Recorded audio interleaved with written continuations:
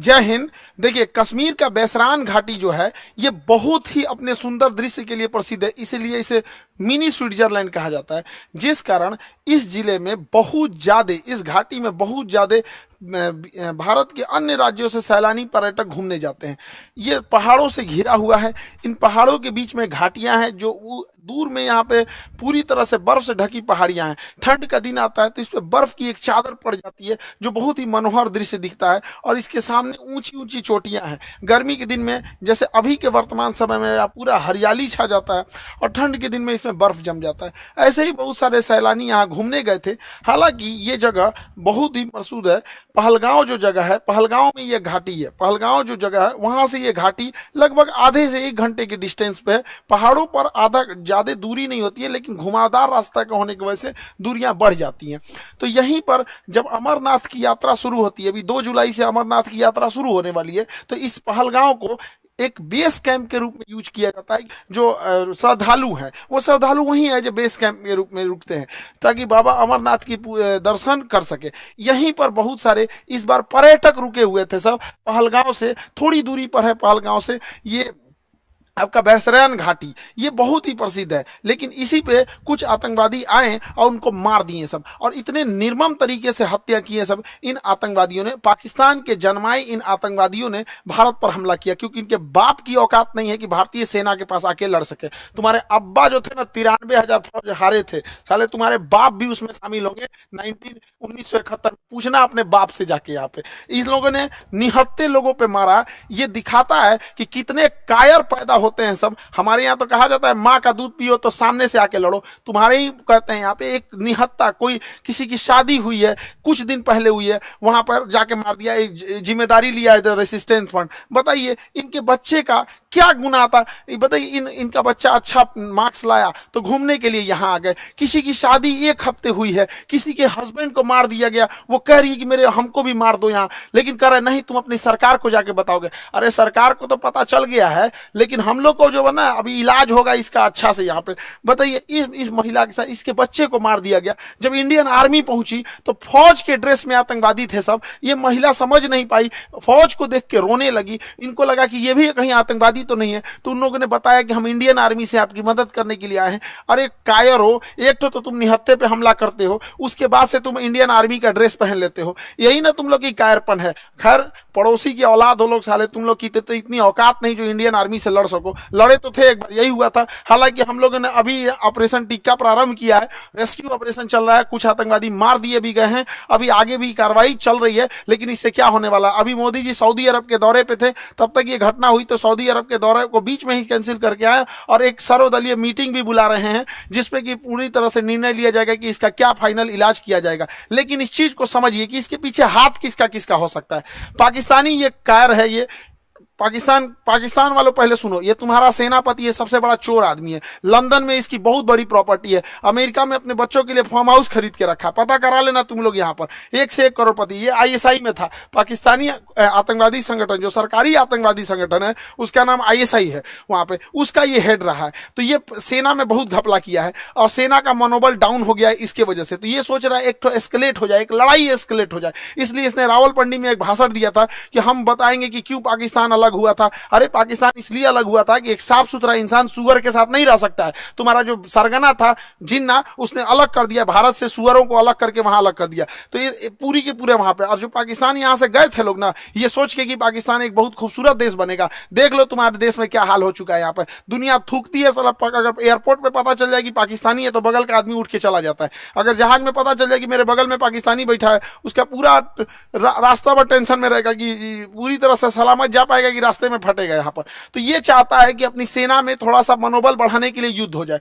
दूसरा, पाकिस्तान में इसने क्या किया, इमरान खान को गिरफ्तार करा दिया। इमरान खान पहले क्रिकेटर थे, पूरी दुनिया घूमे थे, पाकिस्तान के अन्य प्रधानमंत्रियों की तुलना में ज्यादा सोच समझ रखने वाला था, तो इसको जेल में भेजवा दिया, मेरे चचवा को। अभी यहाँ पे गृह युद्ध हो गया। तो आसिम मुनीर का यही सोचना है कि अगर भारत से थोड़ी बड़ी भी लड़ाई हो जाती है तो सेना ये अपना बन बजा लेगा कि देखो हम हैं तो पाकिस्तान को बचा के रखे हुए।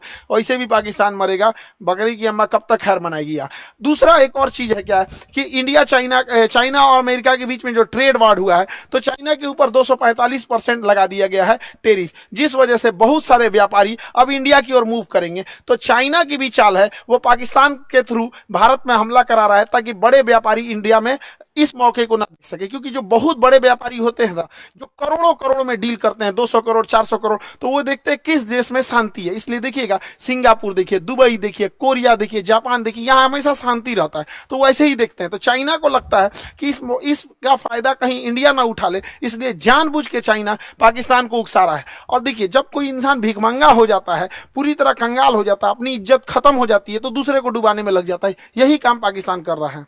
ये आतंकवादी आए और वहां पर्यटकों के ऊपर गोली चलाने लगे। आतंकवादियों के मंसूबे को समझिए, गोली मारे हैं उनकी मंसूबा को समझिए। गोली मारने के बाद महिला को कहती है कि हमें भी मार दो, तो कहता है कि नहीं, तुम्हें नहीं मारेंगे, तुम जाके अपनी सरकार को बताना। मतलब इन्हें पता है कि ये सरकार को बात बता जाएगा। दूसरी बात, जाति धर्म पूछा गया, हिंदू हो कि नहीं, कलमा पढ़ो। और उसके बाद कोई लोग कह रहे हैं कि आतंकवादी का धर्म नहीं होता है। कलमा कौन धर्म का आदमी पढ़ाता है जी? हाँ, इतनों में आंख नहीं खुल रहा है। यहाँ पे एकदम शर्म लिहाज घोल के पी गए हैं, किसी के सामने निहत्थे को मार दिए हैं। इससे कश्मीर में जो सबसे बड़ी समस्या आएगी, हम लोगों को जब धारा 370 हटा था तो 5 साल लग गए ये चीजों को नॉर्मल पटरी पे लाते हुए। उसको 5 मिनट में सब रौंद के चला गया। अब कौन पर्यटक वहां जाएगा? पर्यटक जिनके पास ज्यादा पैसे होते हैं वही लोग। गरीब आदमी का मतलब पर्यटन मतलब कौन सी होता है? ननिहाल चल जाता है, पर्यटन मतलब हो गया नानी के घर घूम लिया, हो गया पर्यटन, हो गया है। लेकिन ये लोग जो जा रहे थे भारत के अन्य हिस्सों से, अभी उन पे क्या बीतेगी? पूरा मनोबल तोड़ के रख दिया। ये सब अपने मंसूबे में कामयाब हो रहे हैं। इससे क्या होगा बताइए? पहलगांव में ना कोई फैक्ट्री है, ना कोई इंडस्ट्री है, कुछ है ही नहीं है। पर्यटन से ही इनकम होता है, तो इन लोग की इनकम डूबेगी। जब इनकम डूबेगी, गरीबी आएगी, गरीबी आएगी, अनएम्प्लॉयमेंट बढ़ेगा। और यही पाकिस्तान चाहता है कि कश्मीर में भयानक गरीबी आए, क्योंकि जब गरीबी आ जाती है, इंसान के पास एकदम गरीबी आ जाएगी, तो फिर इंसान देखता है कि हमारा पेट कैसे भरेगा। अब यही पाकिस्तानी उन्हें हथियार थमाते हैं सब। तो एक और वो दिखाते हैं सर, देखो कश्मीरी तुम्हारे साथ है। आज कश्मीर वाले देखो तुम्हारे साथ कौन खड़ा है। अपने आप से पूछ के देखो ना कश्मीर वालों, कि अगर पाकिस्तान हमारे कश्मीर के पीछे नहीं पड़ा रहता, तो आज जिस तरह गोवा डेवलप है, आज इस तरह सिंगापुर डेवलप है, ठीक उसी तरह से जम्मू कश्मीर भी डेवलप रहता है। तो जम्मू कश्मीर के लोगों तुम्हारे लिए सबसे ज्यादा खतरनाक है तो ये पाकिस्तानी है। और बिना लोकल के सपोर्ट के, बिना लोकल के चढ़ावे पे इतना बड़ा तो कोई हमला नहीं कर सकता है। तो खुफिया एजेंसी को भी इन लोकलों को भी खोजना पड़ेगा, वहां पे कौन कौन साथ दिया, क्योंकि वहीं कोई ना कोई होगा जो इतने बड़े घटना को, साजिश को, उन आतंकवादियों को ये रास्ता दिखाया होगा। वहां के लोकल लोगों की तो नौकरी चली गई, सब कुछ गया। अरे तुम्हारी नौकरी गई, इधर लोगों की जान चल गई। नौकरी बड़ा होता है कि जान बड़ा होता है जी? किसी भी इंसान का, परिवार का कोई सदस्य चला गया, लेकिन ओवरऑल एक देश की क्षति हो रही है। ये पूरी दुनिया इस पे क्या करेगी? दुनिया को क्या करना है? वो तो देखेगी कि भारत एक अनस्टेबल है। कश्मीर के मुद्दा को दोबारा वो पाकिस्तान ऊपर की ओर बढ़ा रहा है। अभी भारत सरकार को इस पे सख्त एक्शन लेना चाहिए। पाकिस्तानी जो भारत में इलाज कराने आ रहे हैं, सबका वीजा रद्द कर देना चाहिए। भारत सरकार ने सार्क का वीजा रद्द किया है, जो बिजनेस के लिए आते हैं। कोई भी पाकिस्तानी को, चाहे हार्ट ट्रांसप्लांट हो, चाहे किडनी ट्रांसप्लांट हो, इंडिया में आने ही नहीं देना चाहिए, क्योंकि इंडिया में इलाज बहुत सस्ता होता है। आते हैं चेन्नई, आते हैं मुंबई, दिल्ली, इलाज करा के चले जाते हैं। बाहर में जाओ, सोच रहे तो नहीं, मरो वहीं पे जहां जाना है तुमको। एकदम कोई वीजा उजा, कोई इंसानियत मरौवत नहीं करना चाहिए यहाँ पे। एयर स्पेस तो हम लोग का बंद ही है पाकिस्तान का। एयर स्पेस की वजह से पाकिस्तान को बहुत घाटा लग रहा है, लेकिन भिखमंगों को क्या चाहिए? जीने के लिए तो कैसे भी जी लेंगे। सिंधु जल समझौता 1960 के तहत हम लोग सिंधु नदी तंत्र के 80% जल छोड़ देते थे। भारत ने अभी समझौते को सस्पेंड किया है। सस्पेंड करने से फायदा यह है कि हम लोग कभी जब मन तब सस्पेंड कर देंगे, जब भी इस तरह की घटना होगी। लेकिन सिंधु जल समझौते को सस्पेंड कर देना कोई इलाज नहीं है, क्योंकि इसके पानी को हम डाइवर्ट करके लेके कहां जाएंगे? इसके लिए हमें नया बांध बनाने की जरूरत है। तो बहुत सारे बांध, जब तक ये समझौता सस्पेंड है, बांध बना देना चाहिए और पाकिस्तान के पूरे पानी को रोक लेना चाहिए। और गर्मी के दिन में पूरा पानी रोक ले, और जब बरसात का समय आएगा तो पाकिस्तान तब तक तो गर्मी में पूरा जल चुका रहेगा। बरसात के समय आएगा जब पूरा लबालब होगा, तो बांध खोल दे, एगो सुखा के मारो, फिर दहवा के मार दो। यहाँ पे दोनों करना पड़ेगा। इंसानियत को लांग दिया है पाकिस्तान ने। देखिए, राक्षसों के साथ राक्षस जैसा ही व्यवहार करना पड़ेगा। और दूसरी भैया, हमारे खुफिया एजेंसी वाले लोग, चाहे आईबी हो, रॉ हो, सीबीआई हो, एनआईए हो, कुछ तो करो भाई। हमेशा पुलवामा हुआ तुम लोग को क्या कैसे बोले यार, कैसे? अभी देख रहे थे बलूचिस्तान में हुआ था, एक नॉर्मल आदमी समझ रहा था उसका रिटिलेशन होगा। ये क्या इंटेलिजेंस आता है हम लोग का? पुलवामा हो जाता है, संसद पर अटैक हो जाता है, ताज होटल पे हमला हो जाता है, अमृतसर पे हो जाता है, पठानकोट पे हो जाता है, क्या हो रहा है? उरी पे अटैक हो जा रहा है। अरे कभी तो पहले इंटेलिजेंस लाया जाए। हम मानते हैं कि इंटेलिजेंस बहुत लाते हैं आप लोग, लेकिन थोड़ा और एक्टिव होने की जरूरत है। मोसाद की तरह होना चाहिए, CIA की तरह होना चाहिए, चाइना की एजेंसी की तरह होना चाहिए। वहां और जरूरत है इस चीजों को। भारत सरकार को इस पे और संजीदगी से कदम उठाना चाहिए। और इस हमले के बाद केंद्र सरकार एक सर्जिकल स्ट्राइक करेगी। देखो, सर्जिकल स्ट्राइक जरूरी है, लेकिन सर्जिकल स्ट्राइक कोई इलाज नहीं है। सर्जिकल स्ट्राइक हमेशा सेना करते रहती है। 50 गो आतंकवादी मार देंगे तो क्या भरपाई हो जाएगा? हमारे 28 मासूम लोग मारे गए, इसकी भरपाई 50 गो सैनिक। 50 गो मतलब क्या होता है? पाकिस्तानी एगो मिलकर 50 गो जन्म दे देगा। एगो पाकिस्तानी 4 गो बियाह करेगा, 1 2 3 4, 4 गो बियाह करेगा एगो पाकिस्तानी। एगो से 15 गो पैदा करेगा, 15 चौको 60, एगो से मिलकर 60 गो जन्मा देगा। जन्म लेने में क्या जाता है? सुअर भी एक साथ 16 को जन्म दे देता है। इन चोटों को क्या जाता है? आप क्या लगता है सर्जिकल स्ट्राइक से इलाज हो जाएगा? नहीं, सर्जिकल स्ट्राइक इनका इलाज नहीं, इनका ठोस इलाज करना पड़ेगा। 24 करोड़ लोग हैं पाकिस्तान में। जब 24 करोड़ को समझ में आएगा ना, तब ये होगा। इन सब भूखे प्यासे मार देना चाहिए, नेवल ब्लॉकेज करना चाहिए। पूरे भारत के लोगों से कहते हैं अपनी सरकार पे इस बात दबाव बनाया जाए। ये पाकिस्तान है, इसकी जो नौसेना यहाँ पर, इसकी जो नेवी है यहाँ पर, ये वाला समुद्र में, यहाँ नौसेना लगा के ब्लॉक कर दिया जाए। अगर हम नेवल ब्लॉकेज कर देते हैं तो इसकी पूरी सप्लाई लाइन कट जाएगी। पाकिस्तान कहीं से सप्लाई नहीं दे पाएगा नेवल ब्लॉकेज होने की वजह से। और पाकिस्तान के बाद जो पेट्रोलियम भंडार है बस 9 दिन का है। 9 दिन के बाद इसके पास पेट्रोलियम खत्म हो जाएगा। तो नेवल ब्लॉकेज लगने के कारण इसके पूरा पेट्रोलियम खत्म हो जाएगा। और हम लोग कहीं ना कहीं ये लंबे समय तक ऊपर से यहाँ पे सिंधु जल समझौता सस्पेंड करके नीचे से नेवल ब्लॉकेज कर दे। और दूसरा क्या है कि आतंकवादियों को कहते हैं कि तुम लोग धर्म का नाम लेके यहाँ पे जो आतंकवादी घटना करते हो, यहाँ के रहने वाले लोगों को क्या होगा? और मुस्लिम समाज से कहते हैं कि एक अभी जो जुमा का दिन आ रहा है, फ्राइडे के दिन, वहां से भी यहाँ पे सारे लोगों को एक होने की जरूरत है। वरना हम लोग को या जो भी एक साधारण व्यक्ति है, इन चोट्टो पाकिस्तानियों की गुनाह का सजा सबको मिलने वाला है। लोग क्या किस नजर से देखेंगे हम लोगों को? क्या तरीका है यहाँ पर? तो हम लोगों को भी खड़े होने की जरूरत है। जब इजराइल में हुआ था, इजराइल में गाजा में जो हुआ था, छोटे बच्चे को मारा गया था, वो भी गलत था। यहाँ जो हुआ ये भी गलत है। उसके लिए खड़े हुए थे तो इसके लिए भी खड़े होना पड़ेगा यहाँ, तब देश होगा। वरना कितना बुरा कलंक पोत के चला गया है पाकिस्तान के। 2 लौंडे आए, सब यहाँ गोली चला के चले गए।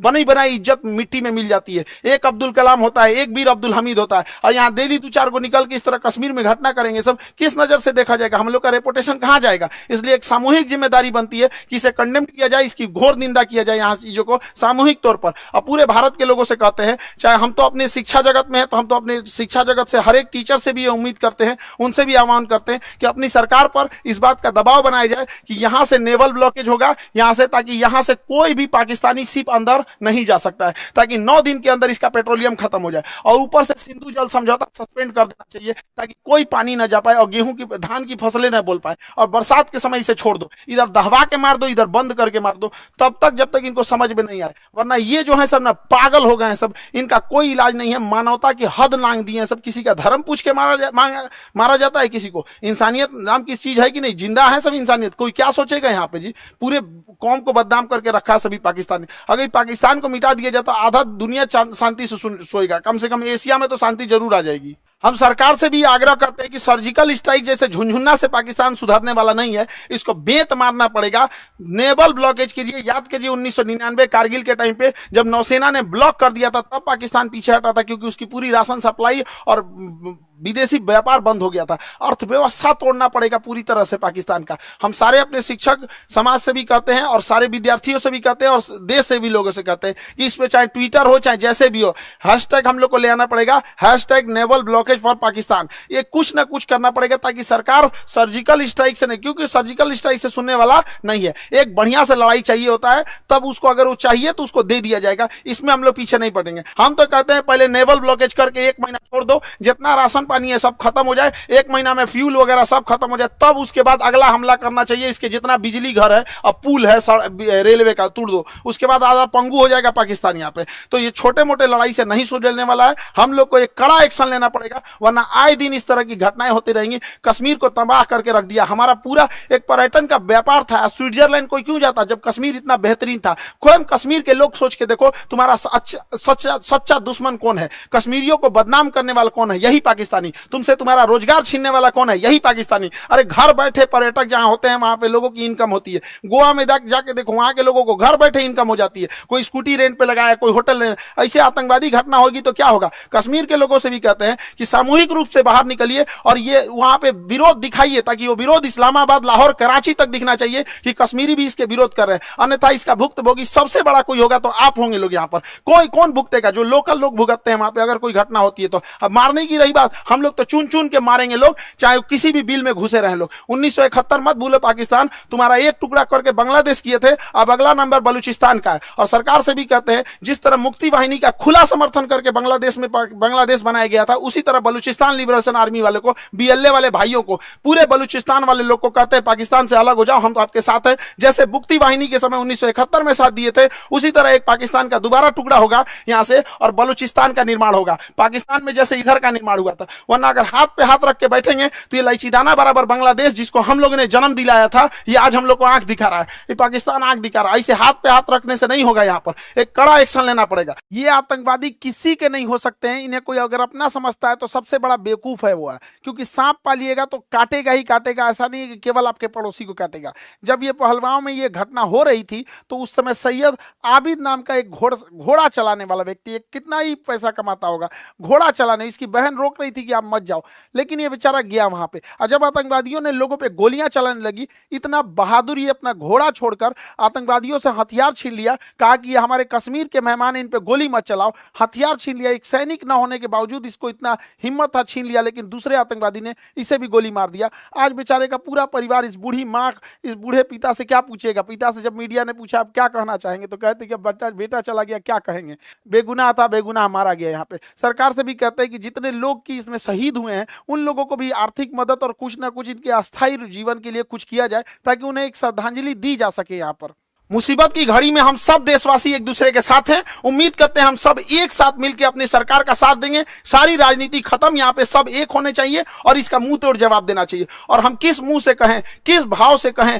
जिनके यहां से किसी का भाई उजड़ गया, किसी के मांग का सिंदूर उजड़ गया, कोई बहन ने अपना भाई खोया, कोई महिला ने अपने पति को खोया, कोई बेटे ने अपने बाप को खोया। किस मुंह से कहें हम लोग? क्या दें उनको? सच्ची श्रद्धांजलि दें। इस श्रद्धांजलि से क्या हम उनके परिवार का दुख लौटा सकते हैं? कभी नहीं लौटा सकते। तो कभी ना कभी तो इसे रोकना पड़ेगा ना। नासूर को छोड़ते जाएंगे तो और बड़ा जख्म होते जाएगा। इसलिए इसका इलाज बहुत जरूरी है। लेकिन जिन भाइयों ने अपनी जान गंवाई है, जिन लोगों के परिवार के अपने बिछड़ के गए हैं, दुख की घड़ी में पूरे देश उनके साथ है, लेकिन उनको सच्ची श्रद्धांजलि तभी मिलेगी जब इनका जवाब उनको मिलेगा। जब उन लोगों को जब उनके घर में भी ऐसे उजड़ेंगे, उनके घर से भी ऐसे आंसू बहेगी ना, तो उन्हें समझ में आएगा कि एक मासूमों पे, निहत्ते लोगों पे गोली चलाना कितना खराब होता है। अरे इतना कमजोर तो दुनिया का कोई नहीं होगा। यहाँ पे छोटे बच्चे भी लड़ाई लड़ते हैं तो कभी किसी निहत्ते पे नहीं मारते। कितना नीच गिर सकते हो पाकिस्तान, कभी सोचा नहीं था इस पर। आई होप कि सरकार इस पर कोई कड़ा एक्शन लेगी। जैसा होगा फिर आगे हम लोग देखेंगे। जय हिंद।